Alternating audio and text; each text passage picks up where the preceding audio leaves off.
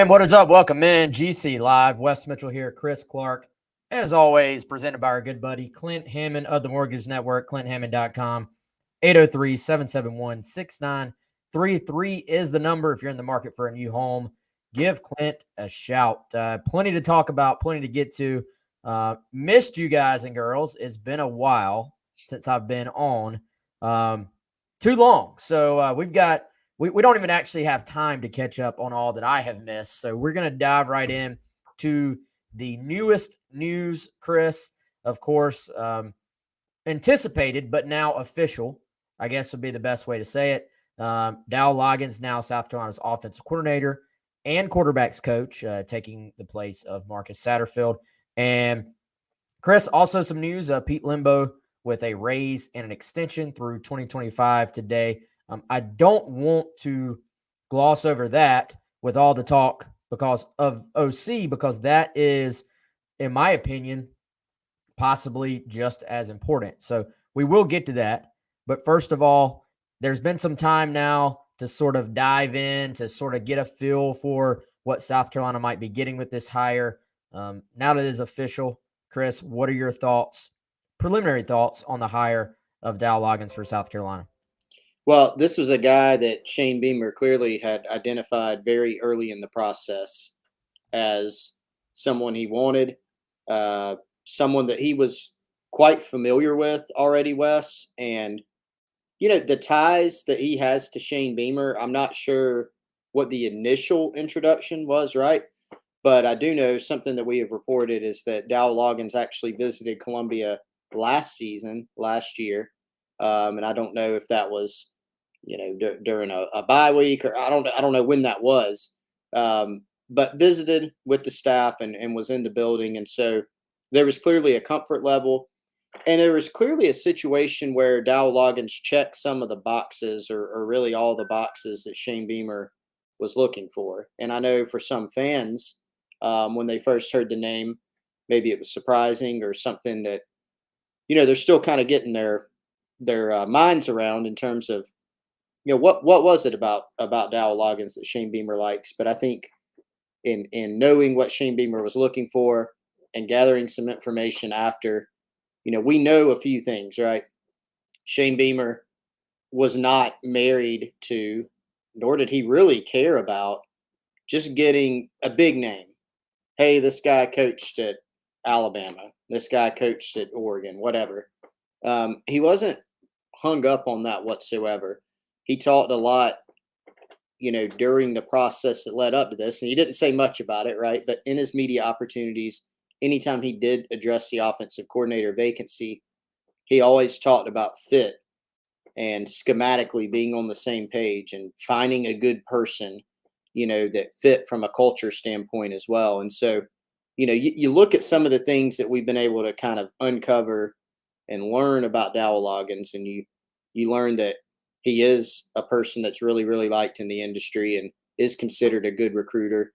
But then you go beyond that, because those things are important, but do they mean you can call plays, right? And so from a schematic standpoint, he seems to really fit what Beamer wants to do, which is keeping some pro elements, but also looping in tempo, and just kind of being on the same page of what Shane Beamer wants to do schematically.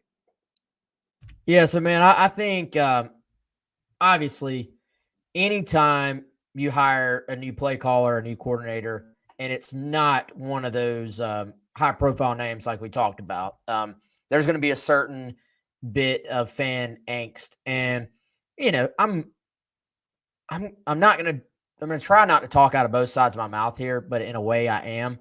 But hopefully we can kind of have a non-Twitter discussion, if that makes sense, like a let's dive into it discussion. I certainly understand some of the reaction to this. Much like we said throughout the Marcus Satterfield era at South Carolina, I understood a ton of the angst surrounding the offensive output at South Carolina.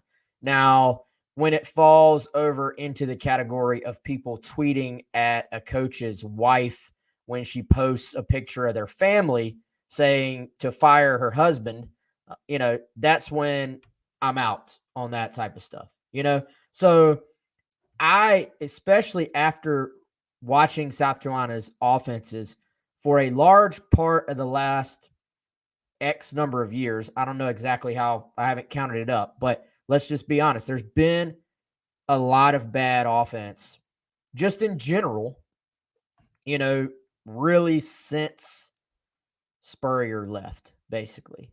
And even the final year of Spurrier, it was very, very hit or miss on offense as well. The second to last year of Spurrier, they were really good on offense. There were some positive moments along the way. Positive finish to this season, obviously, offensively. There was a Brian McClendon season where you look at the numbers and maybe it was the best stretch that they've had. But the point I'm trying to get to, I understand Gamecock fans saying, guys, when can I watch my team have a proven non-commodity at offensive coordinator? When can we be like one of those programs that goes out and gets the big name guy? However, the other side of this is that the big name doesn't always necessarily create the best results. And yes, it is, I would say fair to say, yes, there's probably a better chance percentage-wise in a vacuum of someone that's been a great coordinator somewhere else coming in and doing it. I would agree with that. However, I remember some of the same hand-wringing a couple of years ago when people watched Auburn hire Mike Bobo and Derek Mason to run their offense and defense. And not that the situations are completely comparable, but Bobo was out after one season at Auburn. And then didn't really work out with Derek Mason either. For South Carolina, didn't really work out with Satterfield, but has worked out great with Clayton White. So, I think with these things, it's never really completely cut and dry. I think we should and will judge this hire based on how it plays out on the field and how the results play out. And, I think even with the hire of Shane Beamer, this is a hire for South Carolina. A lot of national media people sort of tried to compare it to some of the bigger names and said, I don't get the hire, or said, you could have hired someone with more experience. And I would say to everyone's expectations so far, Shane Beamer and his program have exceeded them. So I'm much more of a wait and see. So I'm not going to sit here and do like some people and yell at fans for being upset or questioning it. Completely, you're right. The other side of it is, though, Chris, I think now you kind of it is official. It's happening. It's done. Now it's what happens moving forward. What does this offense look like? What does the scheme look like? What is the approach? Can he convince Spencer Rattler, Juice Wells, these guys to come back? Can he hit the portal, bring in a couple of difference makers? And then fast forward, what's it look like on game day? I think we're at the point where you judge it on the product, you judge it on what happens at South Carolina versus all the hand-wringing about what has happened in the past.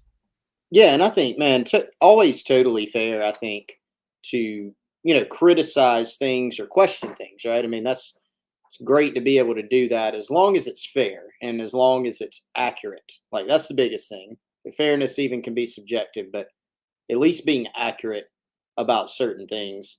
And so there's a bunch of points there on Loggins specifically to get to, but to your point about hiring a big name guy, right? Like if South Carolina, Shane Beamer had hired somebody, just hypothetically, who had 15 years of experience and averaged 30 points a game at every stop, like, you would be able to point to that and say, well, there's a good chance of that working, right? Does that mean it'll work here? Not necessarily. I mean, we've seen pretty recently some assistant coaches with great resumes, with supposedly amazing success at previous stops, that have gotten to South Carolina and not done as much of those things at all. And you look at Shane Beamer's staff right now. Shane Beamer himself, as you said, Wes, tight ends coach from Oklahoma, never been a coordinator. His defensive coordinator is from Western Kentucky. His defensive line coach is from Western Kentucky. His linebackers coach, his edge coach, Sterling Lucas, was an assistant, not even the position coach, an assistant position coach in the NFL. Torian Gray is pretty decorated, right? He's been at Virginia Tech and at Florida, and he's been a position coach in the NFL. Greg Agnes came from Marshall. He's been at some big schools. Monterio Hardesty, what was his last stop? Charlotte, right? Jody Wright has been worn a bunch of different hats. He's even been a high school relations guy at Alabama. Justin Stepp has been a position coach, SMU, Arkansas. So you don't go through this coaching staff and say, "God, here's 10 blue bloods." Like, that's really what it has not been about that. And yet, as you pointed out, Shane Beamer has found more success than I think anybody anticipated through the first 2 years. Will that sustain? We don't know yet, but that is what they've done through the first 2 years, and he's done it with a cast of characters, so to speak, that has not been like this blue blood. So I made the point about being accurate and being fair. So I think if you look at the Dowell Loggains situation and say he should have hired this guy or should have hired a guy with more experience, that I think you can make that point and be fair, and we'll all see what happens, right? We'll all be able to analyze this in real time. One thing that I do want to point out, a lot of people are going on Wikipedia, and they're pulling up these stats from his OC tenures, whether it's Miami, Chicago, other stops, and they're saying, here's what his offenses were ranked. Okay, but just be aware that when he was with Adam Gase, which would have been a few different stops, Gase, even though Loggins had the OC title, Gase was the primary play caller for almost every game in that tenure. We don't know the exact number, but we've talked with a bunch of people in the industry. So your argument could probably be more no college experience or limited OC experience in general, rather than we have a 7-year body of work that was terrible. That's not quite accurate. Just wanted to point that out. Yeah, and I think even then, if we knew exactly when he was calling plays and wasn't, I just kind of feel like calling plays in the NFL is a different animal than calling plays in college ball. And, so I think, and in no way am I going to sit here and like just try to convince everybody, this is 100% going to work. Like, that's not what I'm saying whatsoever. The other side is, though, I think it's no doubt the guy is going to prove to be a good football mind. Like, he was known at Arkansas as a player. He was a walk-on quarterback who essentially went through his college career. I've been talking to some of the Arkansas reporters, essentially went through his college career in order to put himself in a position to be a coach. He was one of these guys that always knew he wanted to be a coach. He was a walk-on quarterback, essentially to learn the ins and outs of being an offensive coach. And, I think, Chris, you look, and to me, you can look at the results in the NFL, and I get it. It happened. We're not going to pretend it didn't. However, I would also say that you don't get hired at the ages he was at in the NFL to coach quarterbacks, to have the OC title even, if you aren't a pretty freaking sharp dude. Like, I've got a feeling after the first press conference, he will win over at least a segment of the fan base. Even then, though, the hire is going to be determined by how well he can scheme this thing up and dial it up on game days. And, so even maybe some people listen to the press conference and are like, oh man, this guy is super sharp. And it kind of goes back the other way where, they're bought in. But to that, I would also say, look, the reality and the fair thing is, let's see what happens on Saturdays next fall, and then let's judge it from there. I have no doubt he's going to be a good recruiter. Like, I'm really not even again, we talked about on 107.5, Chris, that's not the first thing you even look at for your OC anyway. But the Arkansas guys say, he stepped right in and was fantastic on the recruiting trail. So that part is going to be an added bonus, I think. I don't even think it's a question. But I think for South Carolina and for fans, we're going to learn bits and pieces here and there. But I can tell y'all times when the narrative going into a season was that, hey, this guy's fantastic. Sounds great behind the scenes. The guys are buying in, and then the season gets here and it doesn't play out like that on the field as well. So we're going to all find out in the fall. Yeah, we are. And we're going to have some samplings in there, right? Because we're going to hear some things. We're going to have the opportunity to see some spring ball, hear how spring ball went, see the spring game, and definitely overanalyze the heck out of the spring game and the fourth quarter of the spring game when it's all third teamers, fourth teamers, and walk-ons. But ultimately, that's what it is, right? And there are a lot of key questions for this offense that go west even beyond who was calling plays. But I think, look, people just want to maximize this offense and what it can do. And so we saw that at the end of the year. You walked away. I mean, you could not, if you walked away from the Tennessee game with a negative thought about if you're going, man, on that second down, they really should have, check yourself on that. There's not much of anything you could have done better there. You completely maxed out your team. Clemson, you won that football game. You made a bunch of mistakes and still scored 31 points. Given some of the struggles of the past couple years, great result, right? So that's the feel that you want this offense to have. Are they taking what they have and really maximizing the production week in and week out? And so there's common themes to what we've seen and what we've discussed so often. Why is player A or player X not getting the football consistently? Why are there so many plays, right? And so they were able to hone in on that and fix that at the end of the year. I think that's something Shane Beamer, frankly, Wes, was looking for in this hire. Somebody that could run philosophically what he wants, but also somebody who's going to do something, simple that lets the players go play fast and go execute.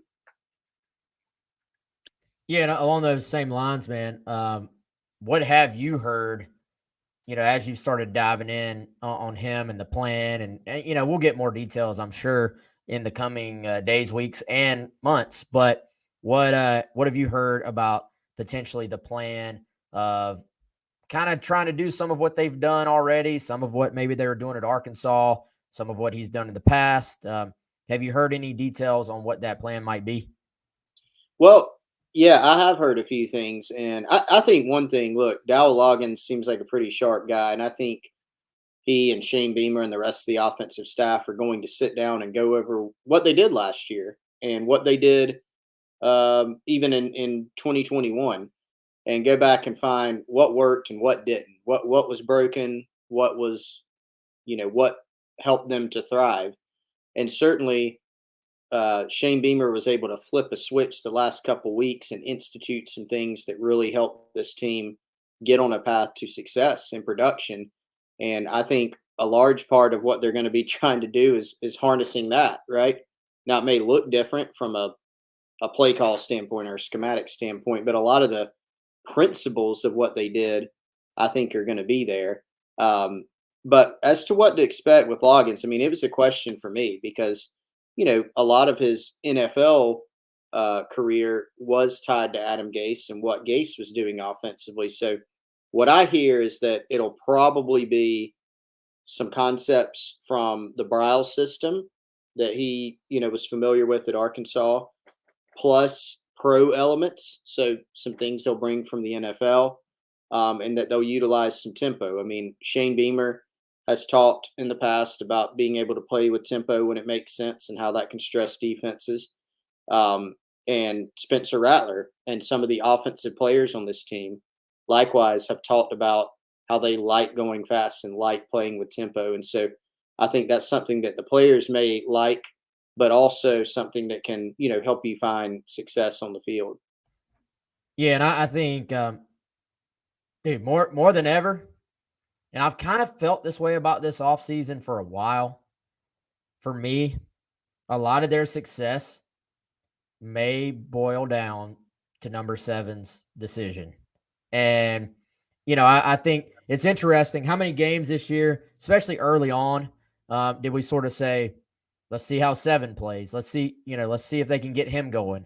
And then the end of the year, I mean, lots of guys made plays, not minimizing that at all. But the catalyst was Spencer Rattler. So to me, yes, there have been departures to the transfer portal. Marshawn Lloyd, Jaheim Bell, those are losses. Make no mistake. However, the key is if Rattler comes back, you come in, you're Loggins, you have your quarterback in place. You probably, not that it's necessarily completely tied in, but you got to think that's going to weigh heavily on a potential Juice Wells decision if you know your quarterback is back. If those two guys are back, then I promise you, South Carolina will find a receiver, probably a running back, and a tight end in the portal who would want to play with those guys. So to me, that's the catalyst. And I really can't see South Carolina saying, let's reinvent the wheel from what worked at the end of the season. I think that would be a key there. You're going to hopefully even take the same idea, but just continue to push further into that arena of, like you said, simplifying, making things a little bit more sort of just easy to digest. I think if you're a new player, if you're coming in, a little bit easier to call plays and stuff. And I think if you do that and you bring back Rattler, then everything probably flows pretty smooth with this. If Rattler's out, then it kind of feels more like a reset almost. And then it's going to be, I think the expectations change.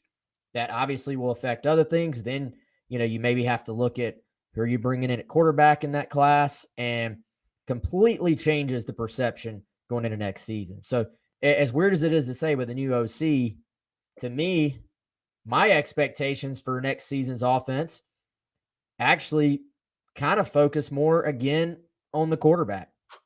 Yeah, I mean it's huge. That's why we always talk about it being the most important position on the field. You got to have the trigger man, and certainly Spencer Rattler played his best ball at the end of the year for South Carolina. And now, what was one of the key changes there? Really, the most significant change from what we saw most of the season, first 10 games, good pockets in there, right? But never found that offensive explosion and that consistency that we saw in terms of being able to move the football against Tennessee and against Clemson, where they had another very good outing. I think it was simplifying it and letting seven go out and play and find Juice Wells, be able to improvise and do what he does best. And so I'm certain, look, Shane Beamer now has a couple years of data, and he's a smart guy. He's going to be able to know, when they're sitting around in staff meetings, the offensive staff meeting, and they're kind of crafting the game plan for next year. Yes, Spencer Rattler is going to be a huge part of that, and he makes this team so much better from the jump.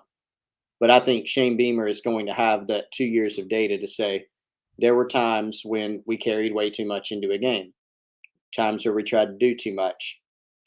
He simplified things, made sure it was simplified for the last two games. Boom, they had the two biggest wins in recent memory for this program. And I don't think he's going to forget that notion, going into this offseason.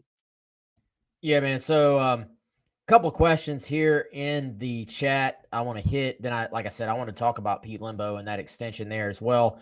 And we'll have all offseason to talk about the roster. And, of course, there are going to be transfer portal guys, I'm sure, going into the portal, guys coming to South Carolina from the portal. And we'll have all offseason to hit on that. But real quick, somebody asked, won't South Carolina replace the entire O-line?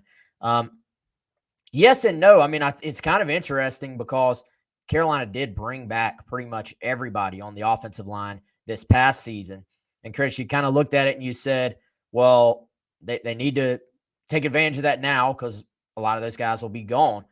As the year progressed, though, we saw some of the guys who were sort of behind the older players start to assert themselves. So a lot of those guys have eligibility left. I mean, you look, yes, they lose an Eric Douglas at center who, I thought had a solid season, very sharp guy as far as getting everybody around him set.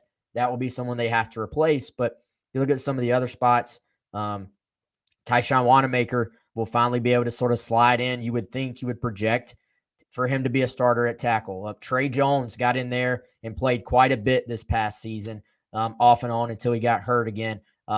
Ja'Kai Moore really turned into a starter towards the end of the year. He was a backup to start the year. Vershawn Lee is back.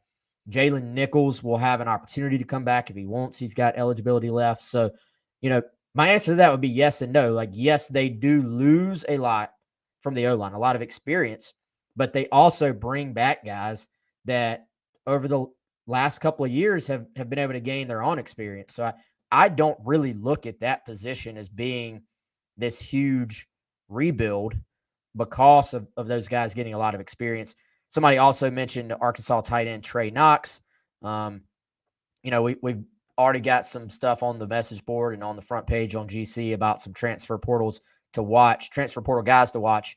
But Knox, I mean, it almost just makes sense, right, Chris? Like, we've heard some rumblings as well. We're not just putting the tea leaves together. Like, it's reading the tea leaves. Like, I think there's something there, but usually the portal comes with connections. And now you have Knox being someone who was recruited by Justin Stepp to Arkansas and was coached by Loggins with the Razorbacks, his position coach as well.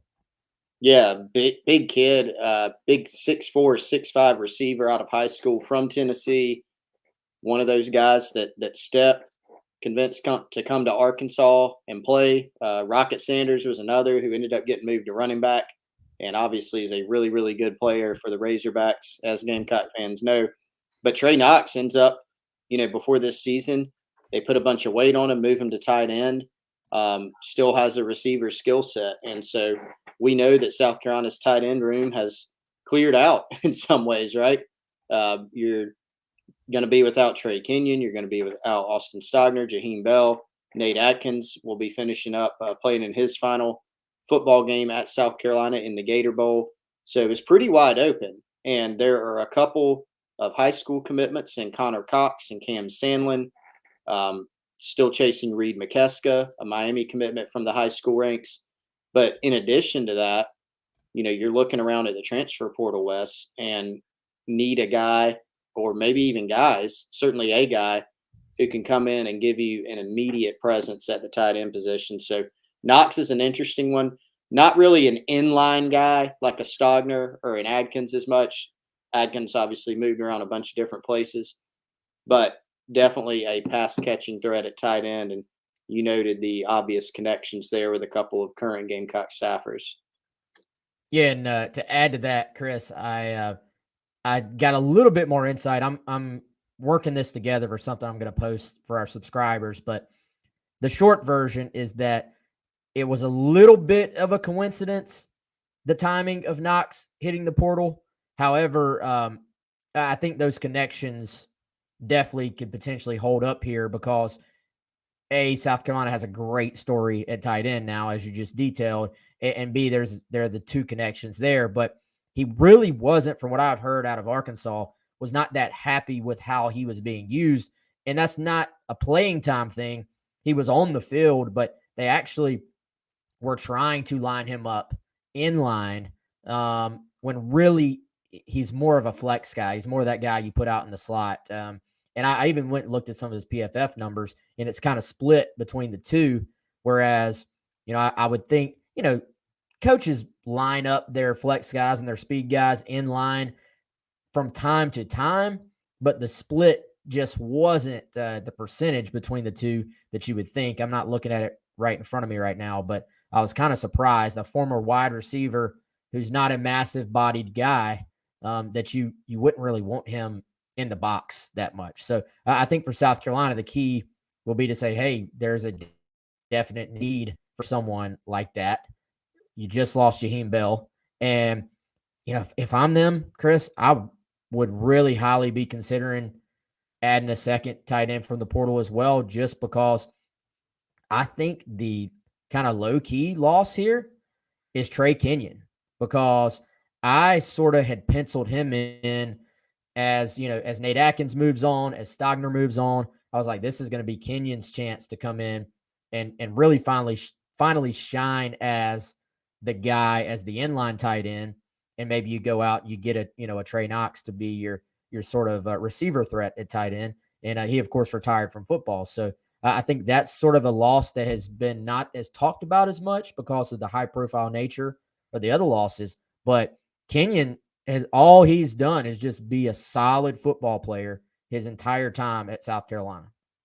And another kind of maybe forgotten about aspect, his special teams work. He was a key Yes. contributor for them on special teams, going out there and trying to block punts or on the coverage teams. I mean, he did a really, really good job for Pete Lembo in that regard. So, yeah, that was the one that really, I think was kind of a shocker to some people, especially because of the timing, and it came on the heels of something. It wasn't a transfer portal situation; it was just a walk away situation. And I thought Kenyon was a great example of a guy that had kind of been given up on. We saw him, Wes. I still remember. We still talk about it. Seeing him at a summer camp out of high school. He came out of North Carolina, catching passes, really athletic guy. Got to South Carolina and it just didn't click. It took a while. And Shane Beamer and his staff, I think, did a really good job of developing Kenyon over his time and made him into a key player. But you're right. I mean, the room, again, it is pretty cleared out. Lots of playing time available, whether it's for high schoolers or transfer portal guys. And obviously a priority position to figure out going forward because you need tight ends, and those guys do tend to be key special teams contributors. Nate Atkins, think about what he did, especially at the end of the year. They tend to play in those roles, so it's something they'll have to figure out. Yeah, Nate Atkins, man, that was the final pickup of the last offseason and proved to be an exceptional pickup for South Carolina. So I do think you can, not that we know who that guy will be yet, but I do think you can find that guy, that sort of traditional hand in the dirt, tough nosed, block first tight end. I think you can find that guy in the portal if you're South Carolina, if they decide to go that direction. And then, it opens the door for those freshmen to come in and have an opportunity to play right as well, too. But in this era, if you have the option, if you have the ability to go get a guy who's played some, I think that's probably what you have to do. So that'll be something to keep an eye on, I think, moving forward. And I'm sure, Chris, there are probably some guys that Loggins has connections to that we're not even thinking about. We don't even know about, that there's some, this guy's uncle played for Loggins back in, 10 years ago or so. There's always weird connections in football that will probably pop up moving forward. So I think that'll be something to keep an eye on as well. But you mentioned tight ends and special teams, so that sounds like a perfect segue to talk about Pete Lembo. I don't have a list of all the special teams coordinators in the country, but if there's one that has been better than Pete Lembo, hats off to him, because I can't imagine. Maybe there's somebody who's equal. Can't imagine anybody being better. And what a smart, just, I guess it's probably an obvious move, but I've seen in the past, the University of South Carolina days past not making the obvious move. So this was a great move to go ahead, lock Lembo in a raise, an extension through the year 2025. And man, talk about a guy that's earned it. Yeah, and Pete Lembo every year, I would imagine every year Wes is going to come up for some smaller school head coaching jobs, kind of along the lines of what he has done in his career. Elon, Ball State. I think we'll see some of those type programs continue to have him on their short list, on their hot boards. Ivy schools, kind of some niche schools, Northeast schools where he has a big background. I think we'll see that. And so for South Carolina, this is kind of maybe a preemptive strike. Um, Ultimately, if he gets a really good head coaching job, would he maybe leave one day? Maybe so. I mean, it's a head coaching job. This is a guy who has he's been a head coach and has that type mentality, but he's also happy at South Carolina. And for South Carolina, for Shane Beamer, for the administration, this is a way to reward what he's done. And you're right, Wes, he has been outstanding his 2 seasons at South Carolina, no doubt about it, with what he's done, the consistency of his groups, how many plays they've made, the player development. He's been outstanding there. But this is also a way to show that he's valued. You know, you're not going to jump to any head coaching job because you're underpaid. That is certainly not the case now. Pete Lembo getting, what was it? I think was 725K a year is now his new salary. I'm pretty sure that's it. I think it's 725 annually. So a really nice payday for Pete Lembo and well deserved. Yeah, and I think here I was trying to verify that for you real quick. I think that's right. Pretty good.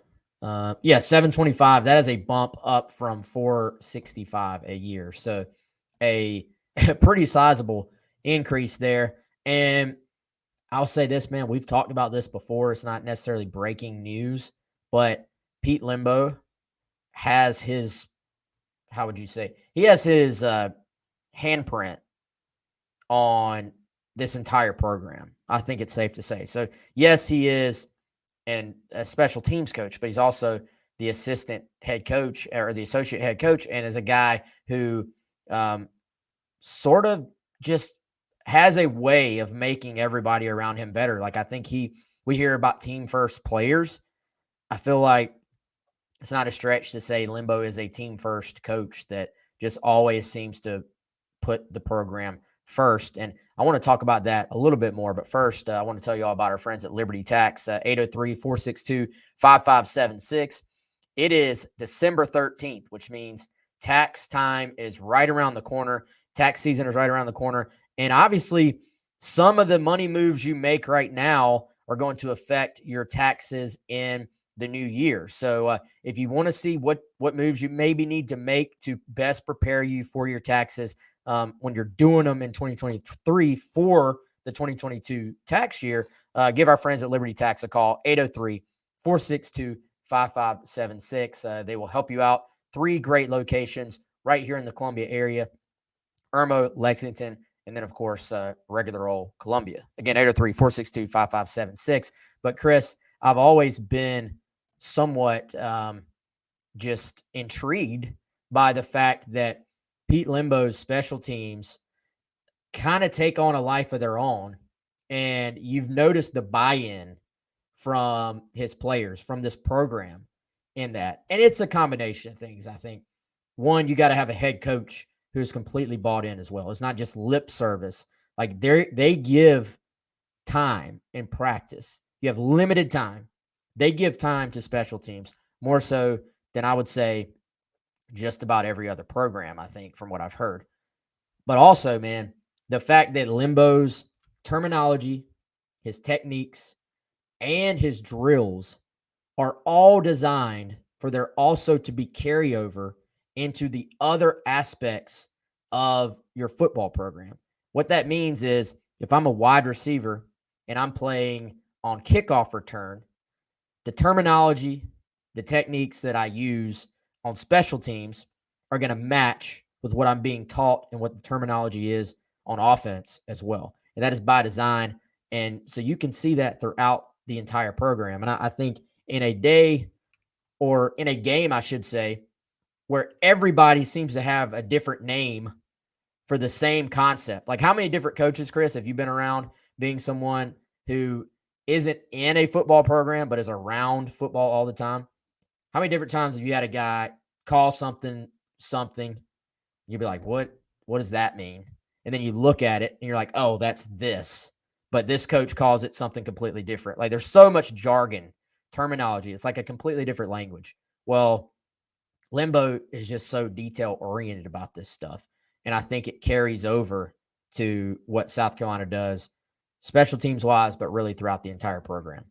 Yeah, I mean the proof's in the pudding. It doesn't happen by accident. It is because of the team wide devotion to it. And I think you made a great point that it's kind of like just ingrained in the fabric of the program. Special teams. It's not, you can call it like a third phase of the game, but really with the way that Pete Lembo and Shane Beamer and really all the coaches, I mean, the other coaches deserve credit for this too, the way that they have everything carry over and the buy-in from not only the players but the coaches in making it important, spending time with it, making everything the same, having everything kind of integrate and work together. Um, I think that's the reason for it. And Pete Lembo and his guys do a really good job, obviously, of teaching it. Shane Beamer and position coaches let their best players play special teams. Another thing that's not an accident, if you play your best players on special teams, you're probably going to be better on special teams than average. So a lot of different pieces working there. And I think you can see why Shane Beamer, wanting to bring on someone like Pete Lembo of his caliber as a difference maker. He said before, hey, I would just do it myself unless I could hire somebody really good. And that somebody was Pete that he wanted. You can see why he wanted to do that, and it certainly paid off. No doubt. So yeah, congrats to Pete Lembo as well. That's a reward for a job well done. Excellent raise there, and you can tell South Carolina not messing around with that. And his name was out there with some other jobs, so very smart for South Carolina to do what they could to lock him up. And so, Chris, let's talk before we get out of here a little bit of recruiting, man. National Signing Day, 1 week from tomorrow, which is incredibly hard to believe, but it's here. It's almost here. And one final recruiting weekend ahead. We'll be able to talk about that, kind of closing in on it throughout the week. But I got to say, man, LaNorris Sellers, watching him on Monday at Shrine Bowl practice, he's got some fresh film out there as well. I think you and I maybe are going to do a separate video for that. So everybody look out for that. This kid is not just a late bloomer who has late bloomer hype. We see that sometimes, right? Where it's like a guy just sort of gets on a roll and their name kind of grows a little bit. Not the case here. This kid is legit. Had a phenomenal senior season. I'm still surprised there aren't more big schools chasing him because they should be. From what I heard, his performance in the state championship game was phenomenal, off the charts, but very natural arm, strong arm. He can run it. Smart kid, polite kid, very unassuming. Light bulb or the light switch goes on when he gets between the lines. He turns right back into being a nice, unassuming kid off the field. I could not be more impressed. And I think the Gamecocks are doing everything they can to flip him at this point. And a physical runner too, right? Like I talked to some coaches who watch some current high school coaches who watched the state title game, and they were just blown away. And a lot of people already familiar with this game, and I know that the South Florence head coach Drew Marlowe said, I think this was after the state title win, that LaNorris is the most impactful player in the state and that it is not close. And it's probably hard to argue with him, right? This is a guy that, I mean, really, Wes, you just ran through it. He checks all of your boxes as a quarterback. You don't really see weaknesses in his game. He's got size. He's smart. Great kid. Not going to cause you any problems. He can lead. He can run it. He can throw it. I watched him play Irmo last year, Wes, in person. Nick Eamon-Worry led Irmo defense. I think LaNorris put up 63 points on that team.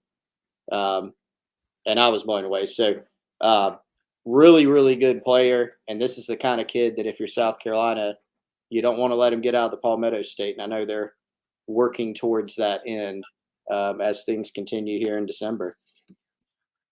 Yeah, and he's played it pretty close to the vest.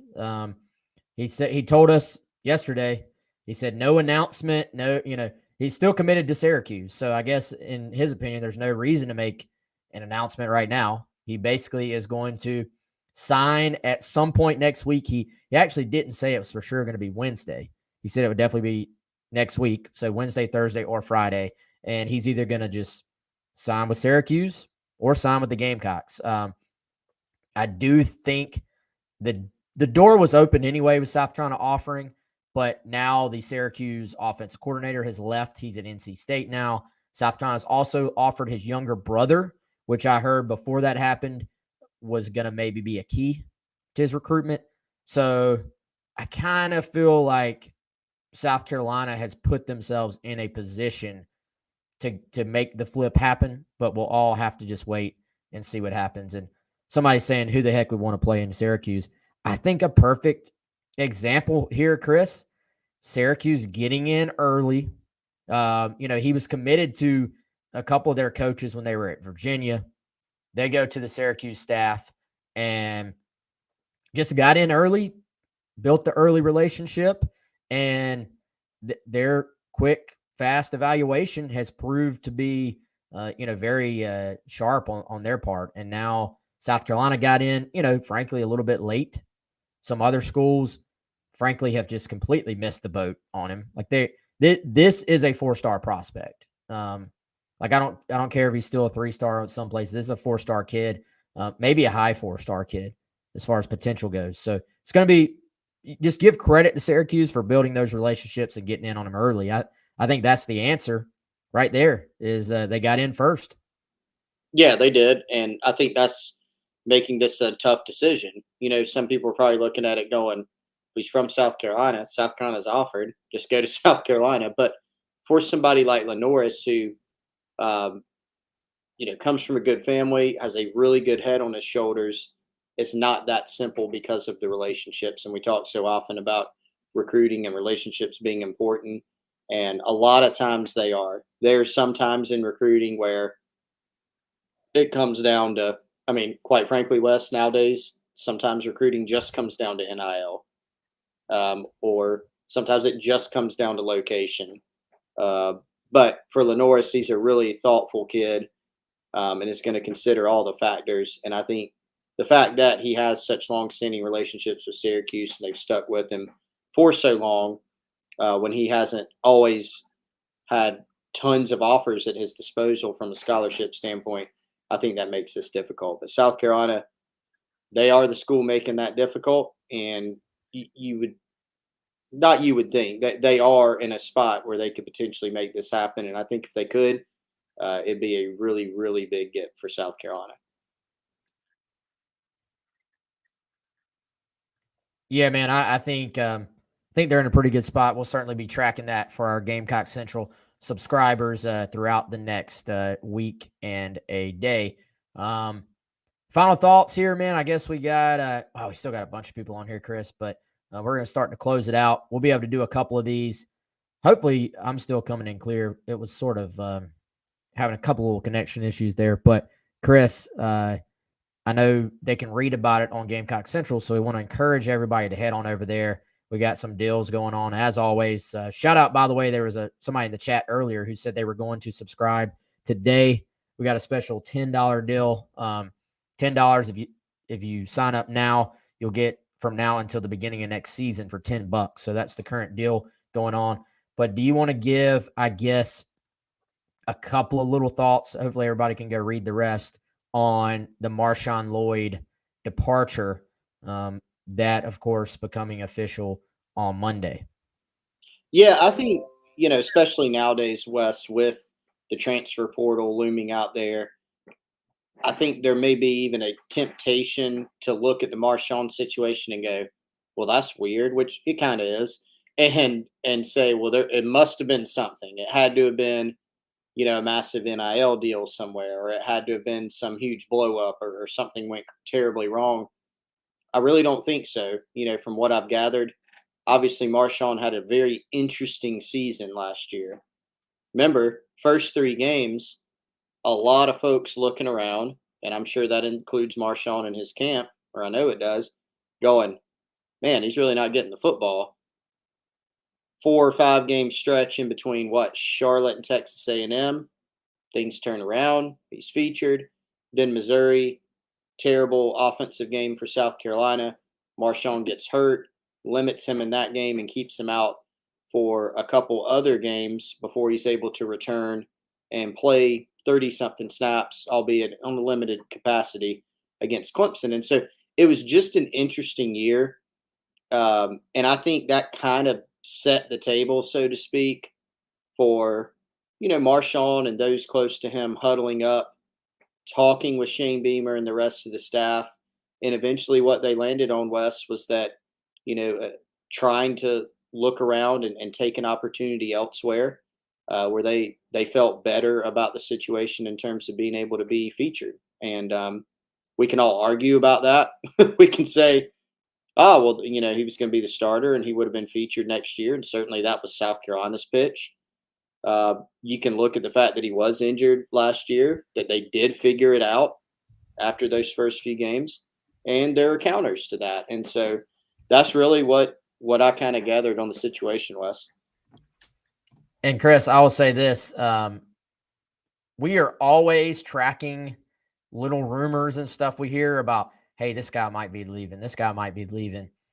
Sometimes, and we'll get flack on the message board sometimes, why didn't you mention this? Well, partially because rumors are rumors, and also partially because guys change their minds all the time. In this case, there were some strong signs, not just that this could happen, but that this was going to happen if not for another change in mind, basically. And, you had an article on Monday morning basically mentioning that this was out there, that he could potentially leave. But my point being, with both Marshawn and Jaheim Bell, I remember, Chris, us tracking down rumors last offseason that they could potentially leave the program, that they could potentially exit. Now, y'all, I'll tell you, it's not that uncommon, especially with a younger player.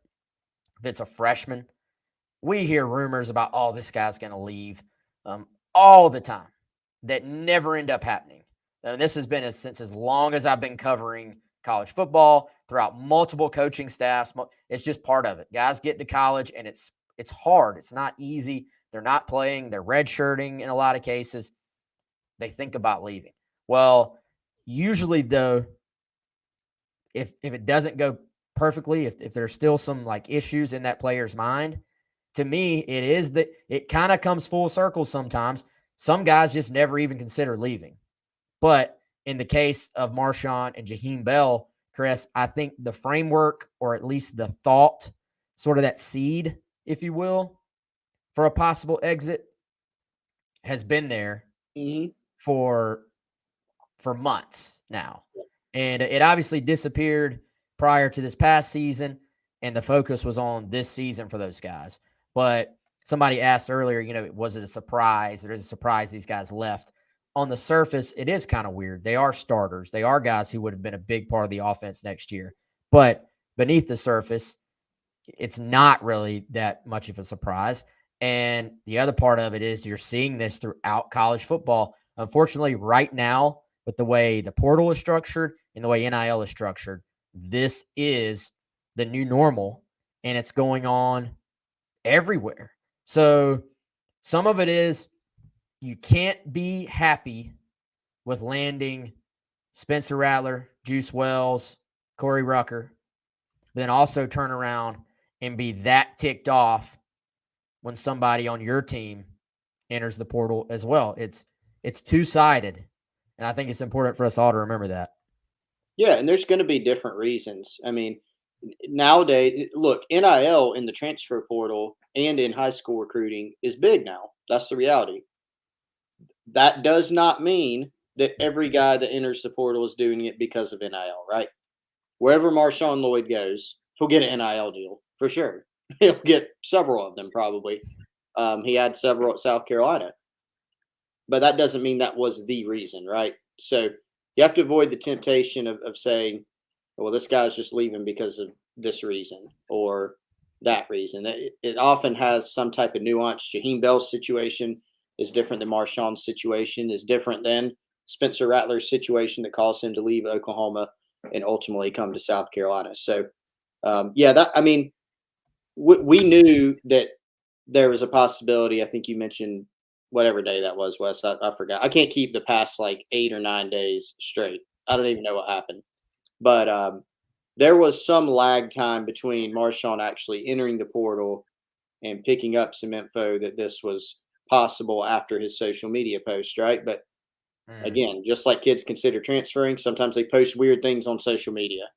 And so you got to go and try to run it down. But this is happening a lot of places.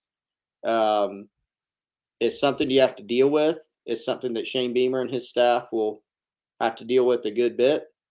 They did a good job when he first got to South Carolina, for the most part, of holding the roster together. And now there's some challenges, that are out there.